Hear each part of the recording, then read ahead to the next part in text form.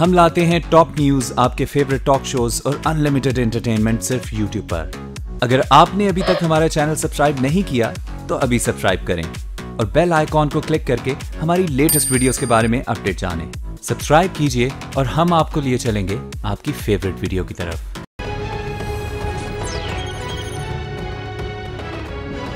जी अस्सलाम वालेकुम। प्रोग्राम में आज सबसे पहले बात करेंगे आज की सबसे अच्छी खबर के हवाले से।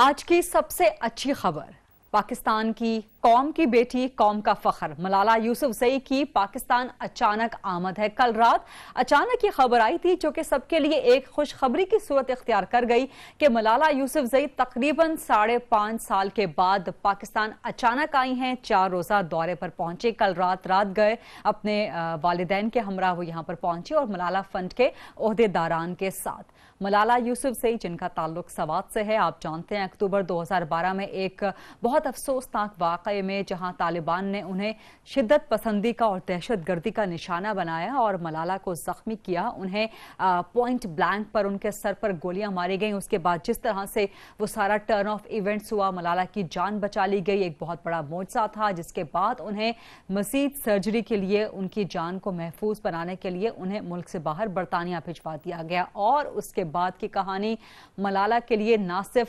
मलाला के लिए इंस्पिरेशनल है बल्कि पूरी दुनिया के लिए इंस्पिरेशनल है। सबसे कम उम्र अमन का नोबेल इनाम हासिल करने वाली ये बच्ची सिर्फ 17 साल की उम्र में इसने अमन का मुश्तरका नोबेल इनाम, और वो भी भारत के एक नामवर शख्सियत के साथ इन्होंने हासिल किया और उसके बाद मुड़कर वापस नहीं देखा। जिस मैदान में इन्होंने कदम रखा तालीम के लिए, खासतौर पे लड़कियों की तालीम के लिए, मलाला यूसुफजई ने जिस तरह से दुनिया भर में काम किया और पाकिस्तान में अपने आबाई इलाके में सवात में लड़कियों की तालीम के लिए स्कूल का आगाज किया, जिसका इफ्तिताह करने वो पाकिस्तान आई भी हैं। आज मलाला यूसुफजई की वज़ीर आज़म शाहिद खाकान अब्बासी से मुलाकात हुई, जहां मलाला के एजाज में एक तकरीब भी रखी गई।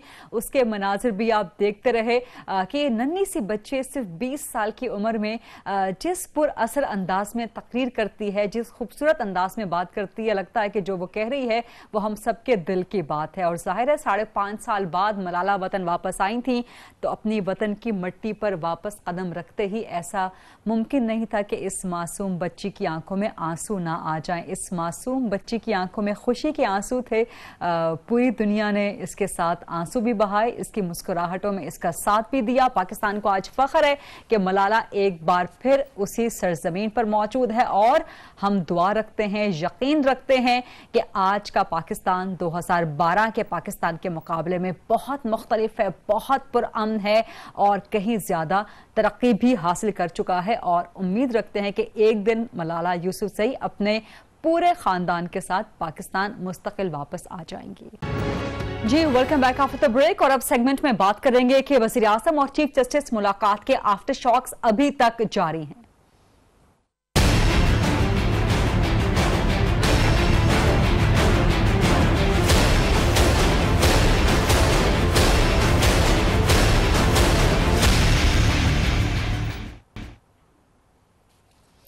वज़ीर-ए-आज़म शाहिद खाकान अब्बासी और chief justice of Pakistan justice Saqib Nisar की मुलाकात को कई घंटे गुजर चुके हैं और इस दौरान चीफ जस्टिस साहब कई दफा बोल भी चुके हैं, लेकिन उसके बावजूद इस अहम तरीन मुलाकात की, जो कि बहुत अचानक पैराए में हुई थी, इसके आफ्टर शॉक्स अभी तक जारी हैं।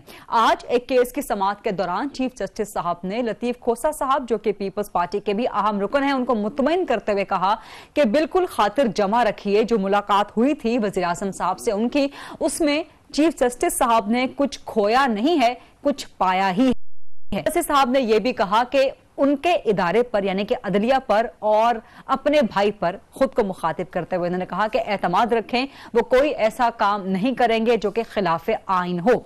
मजीद वजाहत करते हुए उस मुलाकात की चीफ जस्टिस साहब ने यह भी कहा कि वजीर आजम एक फरियादी के तौर पर फरियाद लेके आए थे। बहुत से साइलीन, बहुत से फरियादी उनके पास आते हैं और वो सबकी फरियादें, सबके सवालात सुनते भी हैं। नवाज शरीफ साहब जो कि पहले भी कुछ बरहम से और कुछ नाला से कमेंट्स दे चुके हैं, वजीर आजम और चीफ जस्टिस की मुलाकात में आज फिर बोले कि वजीर आजम अगर चाहें तो चीफ जस्टिस के इस बयान की वजाहत तलब कर सकते हैं। यह बहुत बड़ा बयान है और काफी बरहमी का इजहार करता है नवाज शरीफ साहब की। नवाज शरीफ साहब ने यह भी कहा कि चीफ जस्टिस साहब को फरियादी का लफ्ज वजीर आजम के लिए इस्तेमाल नहीं करना चाहिए था।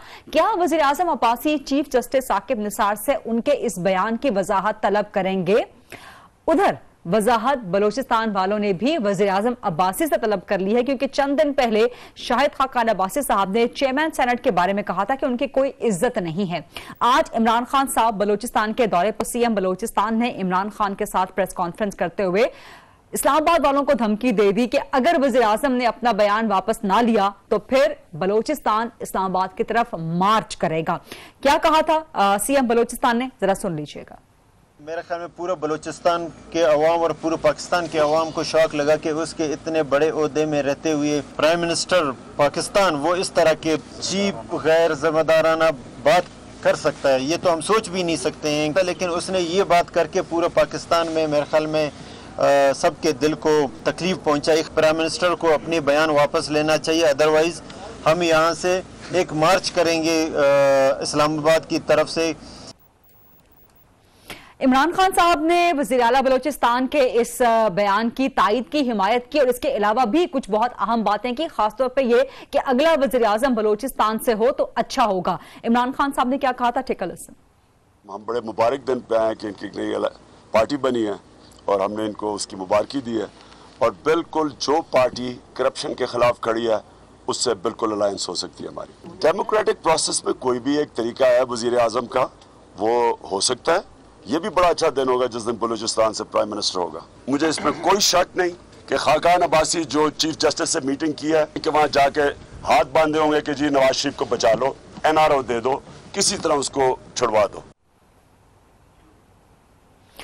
इमरान खान कह रहे थे कि उनको पूरा यकीन है कि वज़ीर आज़म अब्बासी जो चीफ जस्टिस से मिले हैं तो उन्होंने हाथ जोड़े होंगे कि नवाज शरीफ को माफ कर दो, कोई एनआरओ दे दो। बावजूद इसके कि इस बात से पहले, इमरान खान साहब के इस बात से पहले चीफ जस्टिस साहब वजाहत दे चुके थे कि कोई जुडिशियल एनआरओ नहीं होगा। क्या इमरान खान साहब को चीफ जस्टिस की बात पर भरोसा या एतमाद नहीं है, या कुछ और खबर है उनके पास? और आखिर फरियाद क्या लेकर गए थे वज़ीर आज़म साहब चीफ जस्टिस के पास? इसी पर बात करेंगे। मेरे साथ हैं जनाब नून लीग के इंतहाई अहम सीनियर मुअज़्ज़िज़ रहनुमा सेनेटर हैं डॉक्टर मुसद्दिक मलिक साहब, तर्जुमान हैं वज़ीर आज़म के। अस्सलाम वालेकुम सेनेटर साहब, बहुत शुक्रिया प्रोग्राम के लिए वक्त देने पे। और सबसे पहले तो ये बताएं कि चीफ जस्टिस साहब ने जो फरमाया है कि बहुत से फरियादी उनके पास आते हैं फरियाद लेके, बहुत से साइलिन आते हैं, तो क्या फरियाद लेके गए थे वज़ीर आज़म साहब चीफ जस्टिस के पास? एंड नंबर 2, नवाज शरीफ साहब ने कहा है कि वज़ीर आज़म अगर चाहें तो चीफ जस्टिस से इस बयान की वजाहत तलब कर सकते हैं, तो क्या वज़ीर आज़म चीफ जस्टिस से वजाहत तलब करेंगे? देखिए, मैं आपकी दूसरी बात पे तो तबसरा नहीं कर सकता कि वो वजाहत तलब करेंगे या नहीं, लेकिन मैं वजाहत कर ज़रूर सकता हूँ। और वह वजाहत ये है कि वज़ीर आज़म पाकिस्तान अपने मनसब को मद्देनज़र रखते हुए मुल्की तरक्की और जो चीज़ें मुल्की तरक्की के अंदर रुकावट की शक्ल में सामने आ रही थी उनको दूर करने के लिए एक ऑर्गन ऑफ द स्टेट दूसरे ऑर्गन ऑफ द स्टेट से बात करने गया था। और इसमें कोई फरियाद नहीं थी, ना वो फरियाद लेकर गए थे, ना कोई फरियाद है। और अगर कोई ऐसा तासुर है तो वो हतमी तौर पे किसी गलत फहमी का नतीजा है, और इस गलत फहमी होना चाहिए।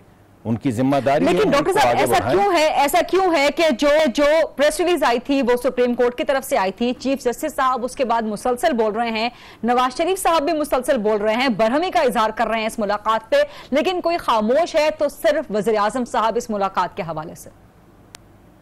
मैंने आपको अभी बताया कि ये खामोशी इस वजह से है कि कोई बदगुमानी ना पैदा हो। जितना हम आपकी बातों का जवाब देने की कोशिश करेंगे उतनी बदगुमानियाँ पैदा होंगी, और वो काम जो वज़ीर आज़म करने चले थे, यानी तनाव ख़त्म हो और वो काम जो रुके हुए हैं वो आगे बढ़ें, जिनका जिक्र था उस एलानिया के अंदर कि मसलन FBR के वो तमाम मामलात जिनकी वजह से मुल्की मईशत के ऊपर बोझ पड़ रहा है, ये कहा गया था कि उनको बेहतर किया जाएगा। इसी तरह दीगर जो कुछ इबहाम थे मुख्तलिफ कारकर्दगी के हवाले से, उनको आगे बढ़ाया जाएगा और मुल्की कारकर्दगी बेहतर की जाएगी। ये तबसरे और इन तबसरों के ऊपर जो तबसरे हैं, हमें शक है कि उसकी वजह से बदगुमानी पैदा होगी और एक अच्छा काम करने की जो कोशिश की गई थी वो ज़ाया हो जाएगा। लेकिन बहरहाल मैं ये समझता हूँ कि अगर अदलिया का वक़ार है तो वो करोड़ों अवाम जो वोट देते हैं और वोट के ज़रिए एक वज़ीर आज़म अपना इलेक्ट करते हैं, उनके मुतल्लिक भी कोई ऐसी बात करना जिससे उनका तो अगर वज़ीर आज़म कोई फरियाद लेके नहीं गए थे, इदारों के सरबराहान आपस में मिल रहे थे, अगर वज़ीर आज़म साहब कोई फरियाद लेकर नहीं गए थे तो फिर नवाज शरीफ साहब की बात तो आप लोगों को मान लेनी चाहिए। फिर तो वज़ीर आज़म साहब वजाहत तलब कर लें चीफ जस्टिस साहब से, या नहीं? यह मुमकिन नहीं है जी कि वज़ीर आज़म को वजाहत तलब करनी चाहिए या नहीं, लेकिन आपको मालूम है कि मैं वज़ीर आज़म के दफ्तर में काम करता हूँ और मैं आपको वजाहत दे रहा हूँ कि कोई इस तरह की गुफ्तगू नहीं हुई जिससे ये शाइबा भी पड़े कि कोई फरियाद है या कोई फरियादी है। ये रियासत है, इस रियासत के ऑर्गन्स हैं, उन ऑर्गन्स को आइन के तहत जो है वो बड़ी वाज़े शक्ल के अंदर तयन कर दिया गया है किसका क्या काम है। और अगर आपस की काम करने में कोई गलत फहमी पैदा हो रही है तो मिल बैठ कर बात कर लेने से, जिससे मुल्क आगे बढ़ सके तरक्की की जानिब, कोई हर्ज नहीं है। ये एक अच्छा फेल है और इसी फेल को करने के लिए वज़ीर आज़म साहब गए थे। लेकिन ये जितने मामलात उस प्रेस रिलीज में लिखे गए थे, जितने मामलात आप बता रहे हैं डॉक्टर मुसद्दिक मलिक साहब, ये तो पिछले कम से कम एक दहाई से बहुत ज्यादा डिस्टर्ब हैं, बहुत ज्यादा खराब हैं। तो ये मुलाकात आपको जस्टिस साकिब निसार साहब से इससे पहले या उससे पहले जब वज़ीर आज़म नवाज शरीफ साहब थे और उनसे पहले जो चीफ जस्टिस साहिबान से, उस वक्त क्यों ना हो सके ये मुलाकात? क्योंकि टाइमिंग पर बहुत सवालात उठाए जा रहे हैं। ये गिलानी साहब भी मुलाकात कर चुके हैं, गिलानी साहब से पहले शहीद मोहतरमा बेनज़ीर भुट्टो साहिबा भी मुलाकात कर चुकी हैं और बहुत इनफॉर्मल और फॉर्मल सेटिंग्स के अंदर जो हैं।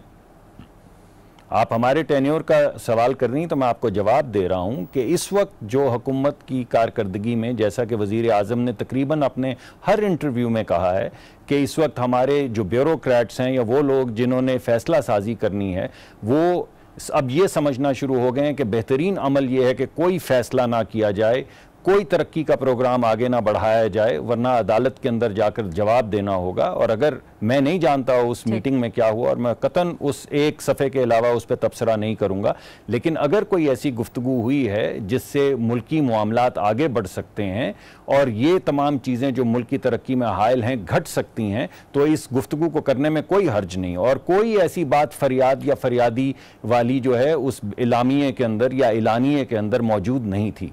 तो आज ताज्जुब हुआ है। लेकिन ऐसा क्यों है? डॉक्टर मुसद्दिक मलिक साहब, ऐसा तासुर क्यों है कि जो प्रेस रिलीज आई है, इस वक्त मुल्क में अमूमी तासुर है कि बातचीत उससे हटके और उससे बढ़ के बहुत से मामलात पे हुई है। और ऐसा ही तासुर इमरान खान साहब को भी, इसका तासुर नहीं बल्कि यकीन है। वो कहते हैं कि जी वज़ीर आज़म साहब ने चीफ जस्टिस साहब से फरियाद की होगी, हाथ बांधे होंगे कि नवाज शरीफ को माफ कर दें, कोई NRO मांगा होगा। जी, इमरान आपको तो ये भी यकीन था कि बैलेट पेपर उर्दू बाजार में छपे थे, तो क्या छपे थे? इमरान खान साहब को तो ये भी यकीन था कि एक टेप है जिसके ज़रिए ये साबित हो जाएगा कि इलेक्शन रिग हो गया, तो क्या टेप थी? इमरान खान साहब को तो ये भी यकीन था कि 35 पंक्चर लगे हैं, वो लगे थे। इमरान खान साहब को तो ये भी यकीन था कि जस्टिस फ़खरुद्दीन जी इब्राहिम जो हैं उन्होंने इलेक्शन रिग किया, और बाद में ये गुमान था कि chief of the army staff ने इलेक्शन रिग किया। उनको तो क्या रिग किया था? और इमरान खान साहब तो जिक्र करते रहे एक MI के ब्रिगेडियर की, तो वो ब्रिगेडियर आया था।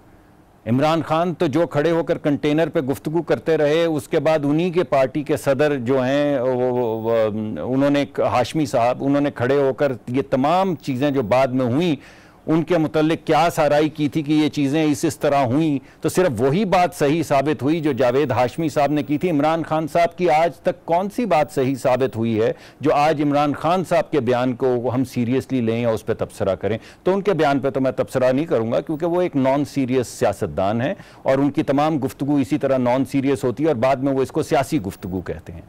अगर चीफ चलें, जस्टिस फिर इसी पर बात कर लेते हैं।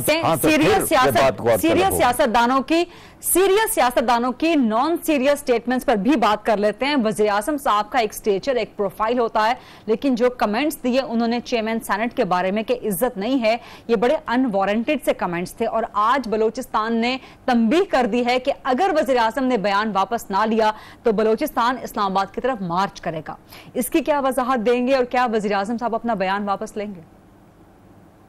तो कहूंगा वेलकम। हमें तो आदत है, यहाँ पे कौन है जो नहीं आता इस्लामाबाद में। हम सोच रहे हैं कोई जगह बना दें जहाँ पे जिसका जी चाहे जब चाहे वो आ जाए, आराम करे, जलसे वलसे करे और उसके बाद वापस चला जाए। तो दे मोस्ट वेलकम।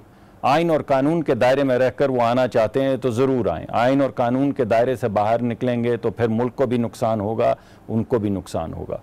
और दूसरी बात यह है कि हर बात जो शाहिद खाकान अब्बासी साहब ने कही थी वो सही साबित हुई। अगर आपको शाहिद खाकान अब्बासी साहब का बयान याद है तो आपको क्या वो बयान याद नहीं है पीपल्स पार्टी के सरबराह का, आसिफ अली जरदारी साहब का, जिसमें उन्होंने कहा था कि बेटा ये पैसे का खेल है, अरबों का खेल है, मैं इसको उल्टा के तुम्हें दिखाऊंगा। और इस वजह से ये उल्टेंगे कि इनमें हौसला नहीं है कि ये अरबों खर्च सकें। क्या उन्होंने ये नहीं कहा था? क्या उन्होंने ये एतराफ़ नहीं किया था कि बलूचिस्तान की हुकूमत जो उल्टाई है वो मैंने उल्टाई है और चमक से उल्टाई है? तो जब दोनों बयान सही थे और फिर उसके बाद उन्होंने तीसरा बयान दिया कि अब मैं ये पंजाब में भी करूंगा। और आज एक पार्टी वहां पर, नई पॉलिटिकल पार्टी, जिस तरह पहले पार्टियों को तोड़कर खास किस्म के दबाव के तहत नई पार्टियां बनाई जाती थी, जब वो पार्टियां बननी शुरू हो गई हैं और जिस तरह किसी के अगर 20 वोट थे या 8 वोट थे और उसको 27 वोट पड़े सेनेट के इलेक्शन में, जिसके 30 वोट थे उसको 46 या 44 वोट पड़े, तो आपको क्या नजर नहीं आया कि इस मुल्क में क्या हो रहा है? तो शाहिद खाकान अब्बासी साहब ने तो बहुत दिन से कहा था कि अगर पैसे का, एक सेकंड दीजिएगा, सिर्फ एक सेकंड, कि अगर ताकत का, सिर्फ एक सेकंड दीजिएगा, अगर ताकत का इस्तेमाल या पैसे का इस्तेमाल किया जाएगा तो हम नेम एंड शेम करेंगे। We call those senators out and that is exactly what the prime minister is doing. बहुत बहुत शुक्रिया डॉक्टर मुसद्दिक मलिक साहब। और जिन मामलात की तरफ डॉक्टर साहब इशारा कर रहे थे, प्रोग्राम में आगे बढ़ते हैं और इसी हवाले से बलूचिस्तान में जन्म लेने वाली नई सियासी जमात के मुतालिक बात करते हैं।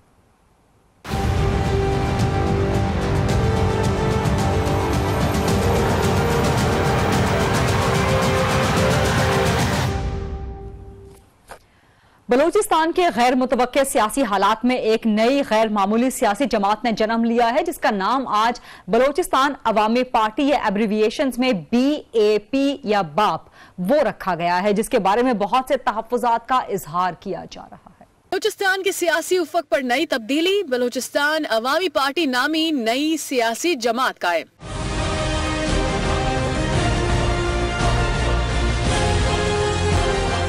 कोऑर्डिनेशन कमेटी 2 माह तक पार्टी चलाएगी। अनवारुल हक काकड़ तर्जुमान मुकर्रर, जबकि सरफराज बुगटी, हसनैन हाशमी और प्रिंस अहमद अली मंशूर पर काम करेंगे। कोयटा में प्रेस कॉन्फ्रेंस करते हुए सेनेटर अनवारुल हक काकड़ ने कहा कि मरकज में किसी की भी हुकूमत हो, एहतराम करेंगे। बलूचिस्तान से ब्लैकमेलिंग की आवाज़ नहीं आएगी, बल्कि बलूचिस्तान से एक ऐसी सदा उभर के आएगी जो एक बच्चे की माँ की तरफ आती है, जो एक घराने के सरबराह की तरफ आती है।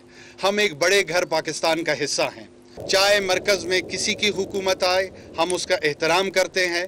सईद अहमद हाशमी ने नई सियासी जमात के खदोखाल भी बताए कि हमें एक नई सियासी पार्टी तश्कील देनी चाहिए और उस फोरम से न सिर्फ हम अगला 2018 का इलेक्शन लड़ेंगे, पार्टी का नाम बलूचिस्तान अवामी पार्टी रखा जाए। बलूचिस्तान अवामी पार्टी रहनुमाओं ने उम्मीद जाहिर की है कि जल्द पार्टी में अहम अरकान शामिल होंगे। इसी हवाले से बात करेंगे बलूचिस्तान अवामी पार्टी के एक तर्जुमान शुएब नौशेरवानी साहब, जो कि साबिक वज़ीर दाखिला बलूचिस्तान भी रहे हैं, मेरे साथ मौजूद हैं।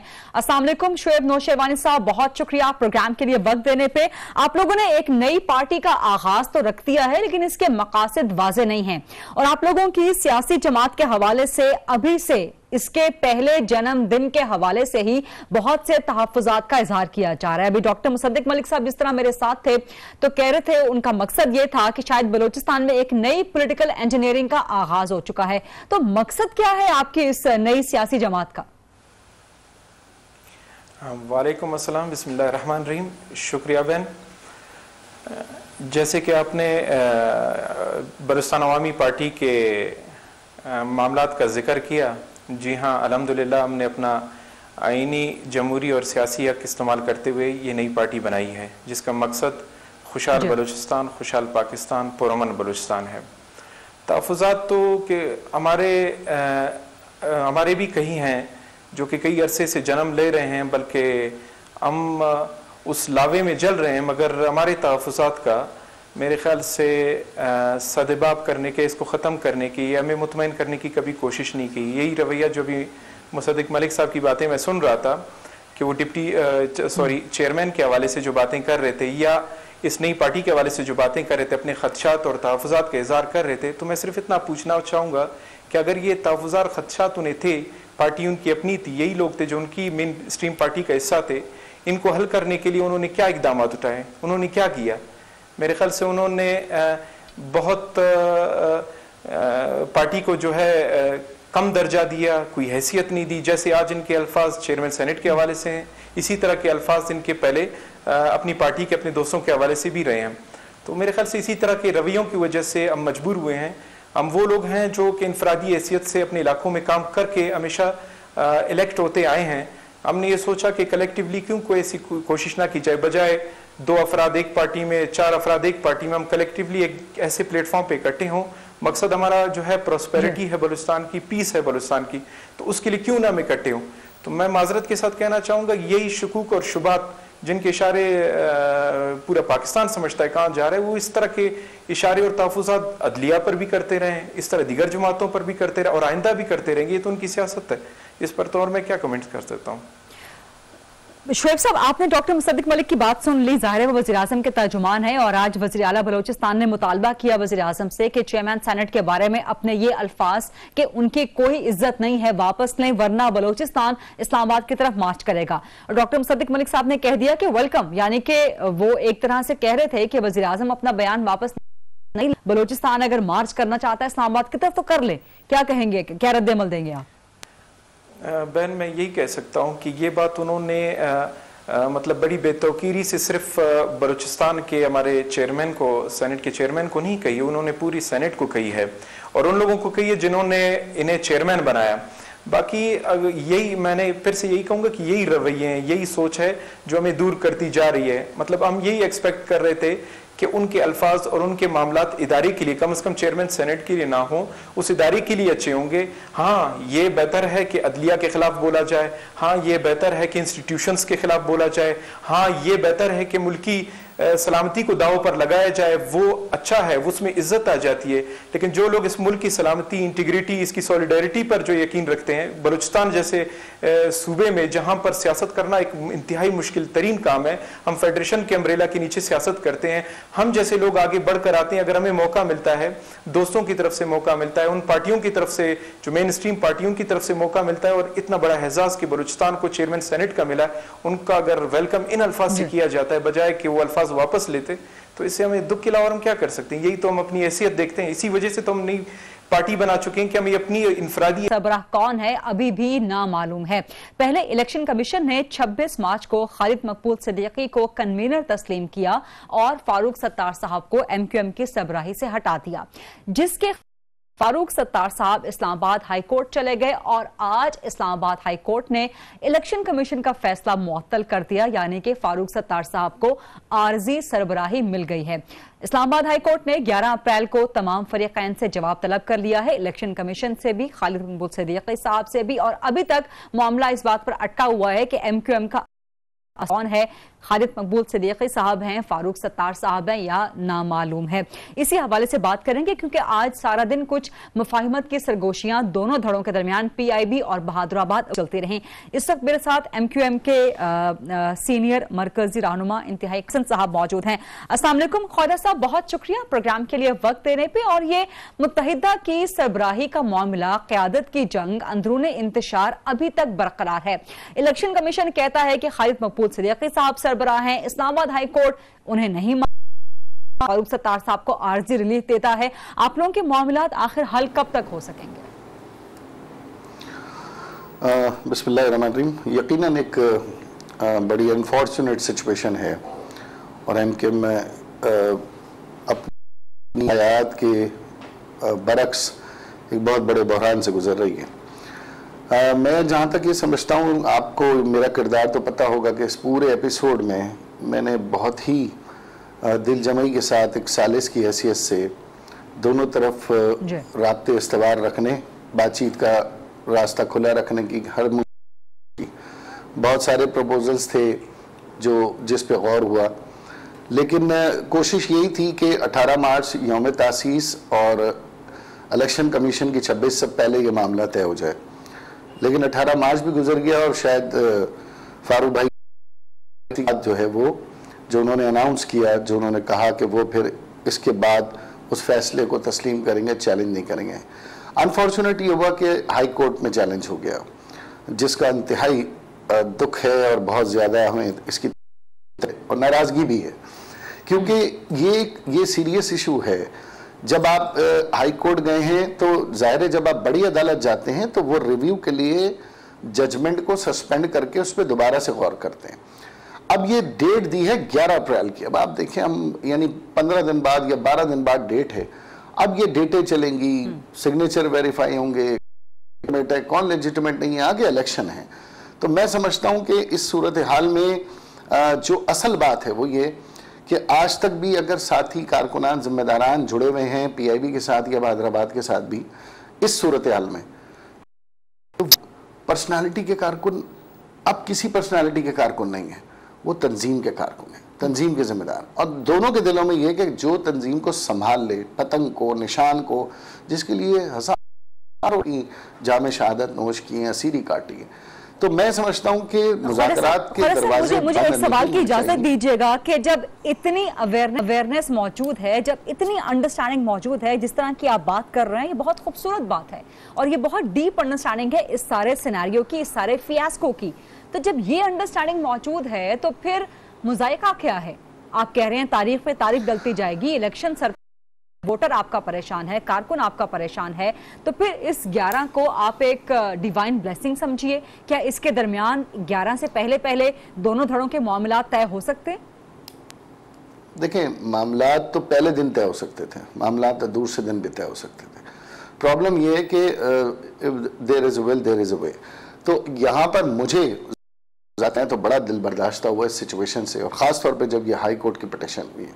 और पर्सनली स्पीकिंग मैं कि अगर ये सूरत हाल रही तो वोटर, सपोर्टर, कारकुनान, इनका गुस्सा बहुत होगा, बहुत गुस्सा होगा, क्योंकि MKM हर क्राइसिस में ऐसे मिरेकल कर सकती है कि जब इलेक्शन करीब आता है तो वो अपने कैंडिडेट्स को जितवाती है, और वो कैंडिडेट्स वही होते हैं जो गरीब मुतवस्सित तबके से उनके दरमियान से होते हैं।